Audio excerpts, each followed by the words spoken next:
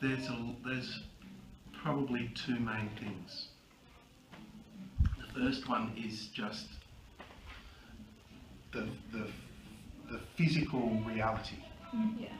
So what Broadway is a concentration of theatres all in one district, which is probably about 40 theatres, all with a seating capacity of 500 or more.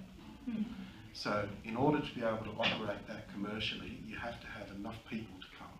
So that's in New York. Yeah. That's because you have, like, I don't know, 20 million people in New York, plus all of the global tourism that comes to that part of the world to go to Broadway or to be part of the New York experience, right? So physically, Brisbane isn't even in that league, not even close.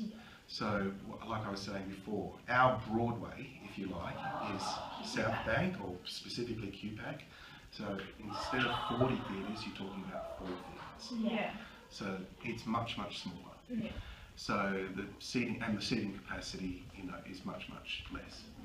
So there's a whole lot of physical restrictions about how we would not be presently, on par with something like Broadway or the West End in London.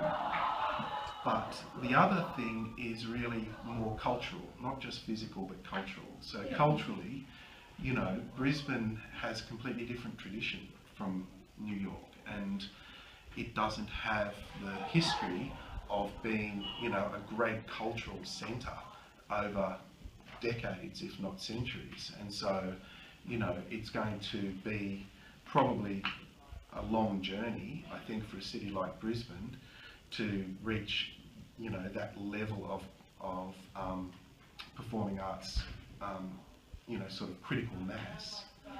But I think that the city does aspire to that. Yeah. But I think it's much more of a journey rather than, anything which would be something that you can realise in the next 10 years.